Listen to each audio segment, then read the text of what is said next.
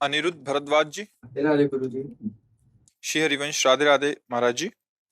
महाराज जी, अभी मैं कॉलेज में पढ़ रहा हूँ। महाराज जी, हमारी जनरेशन बहुत ज्यादा गलत कामों में लगी है और गर्लफ्रेंड बॉयफ्रेंड बनाना एक ट्रेंड सा चल गया है और बचपन के दोस्त भी गलत रास्तों पे चल चुके हैं और साथ रहने के कारण कभी कभी मेरा मन बहुत ज्यादा डिस्टर्ब हो जाता है, जबकि श्री जी कृपा से आज तक कुछ गलत कार्य नहीं हुआ।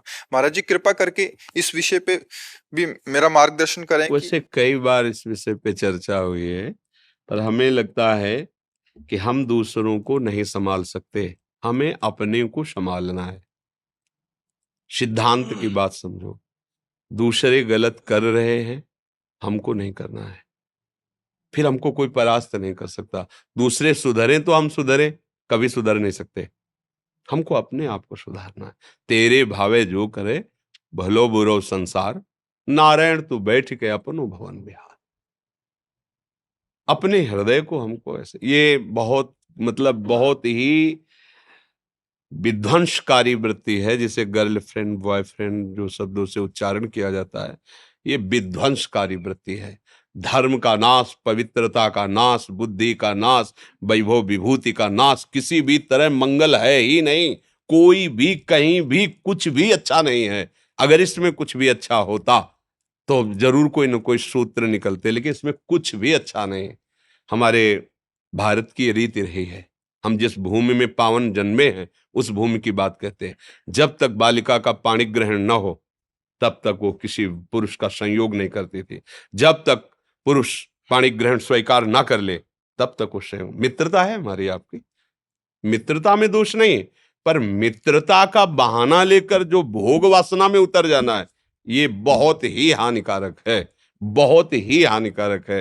अब तो ऐसा भी सुनने को मिला है कि वो कौन सा लिव इन रिलेशन तो क्या कहते हैं। अब बोलो क्या जीवन, तुमने क्या समझा है? बाजार की दुकान की वस्तु समझा है क्या, कि हमने ले लिया, हमने देखा स्वाद नहीं, हमने छोड़ दिया? ये आप खिलवाड़ समझते हो? किसी के जीवन के साथ खिलवाड़ कर देना या अपने जीवन के साथ खिलवाड़ कर देना, ये बहुत ही ना आप देशभक्त बन सकते हैं, ना आप माता पिता के भक्त बन सकते हो, ना आप भगवान के भक्त बन सकते हैं। आपका जीवन कूड़ा हो जाएगा।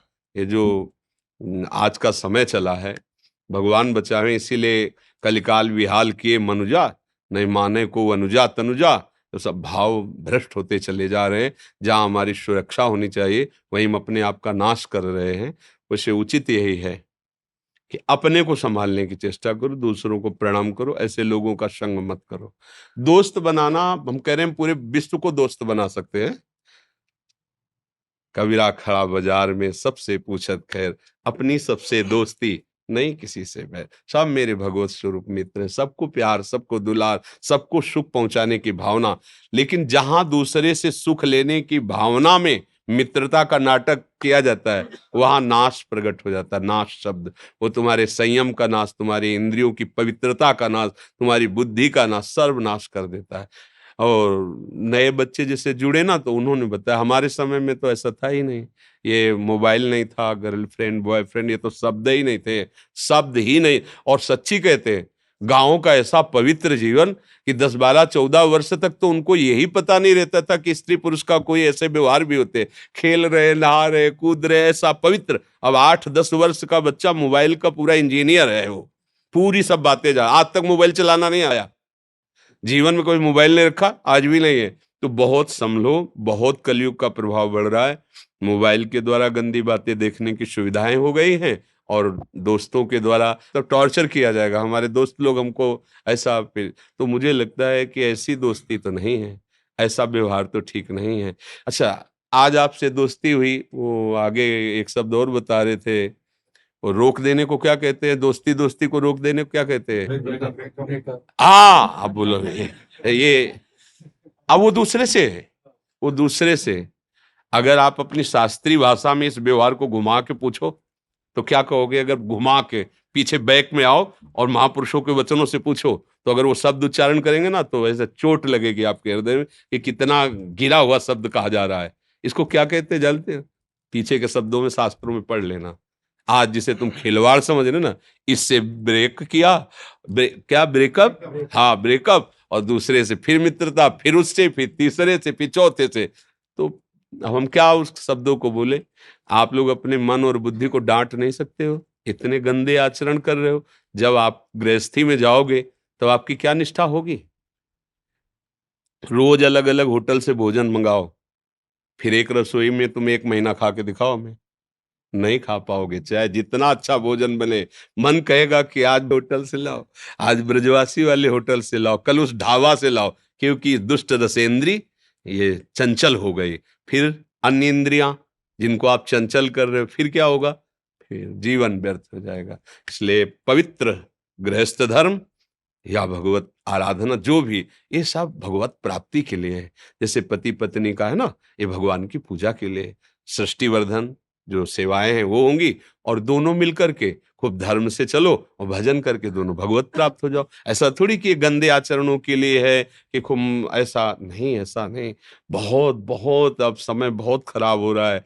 वो अपने लोगों की बातें सबको समझ में नहीं आएंगी, क्योंकि छोटे छोटे अवस्था के लोग शराब पीने लगे, मांस खाने लगे। क्योंकि वीआईपी पंक्ति में सम्मिलित होना है तो आपको ये करना पड़ेगा। हमें बच्चे बताते हैं, ये तो यार वही पुराना आदमी, ये गरीब आदमी, गांव का आदमी, ये क्या जाने सब वीआईपी पन, वही कि वो पिए बिस्की, अले अंडा खाए, मुर्गा खाए, और ये गर्लफ्रेंड ये सब करे। तो बोले तो वीआईपी लोग, भैया ऐसे वीआईपी मत बनो कि तुम जीने लायक न रहो।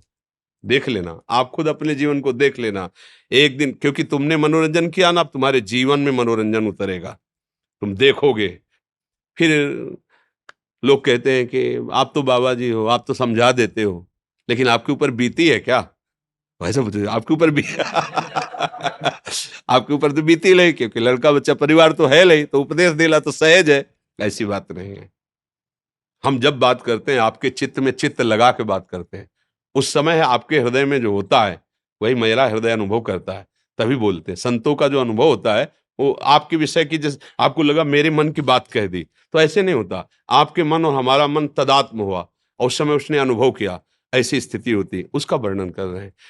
तदात्मता से ही सब हमारे भगवत स्वरूप हो, और जहां एक मन करके लगाओ, वो अपने आप पता चल जाता है कि आपकी मन स्थिति कितनी है, कैसी है। ऐसा संसार में होता है तो आपको कैसे पता चला? क्योंकि आपके मन में मन को लगाया गया, तो पता चल जाता है, हाँ ऐसा है, ऐसा है। बच्चों बच्चा, भगवान की कृपा है जो आपके अंदर ऐसा प्रश्न है, अपने आप को बचाओ। ये बिल्कुल ठीक नहीं है, ना संसार के मार्ग के लिए और ना भगवान के मार्ग के लिए। संसार के, देखो, अगर संसार में भी कहीं सुख मिलता है तो प्रेम से मिलता है, पक्का समझना। पति पत्नी में एक अगाध प्रेम हो तो जीवन एक सुखमय, भले नमक रोटी हो।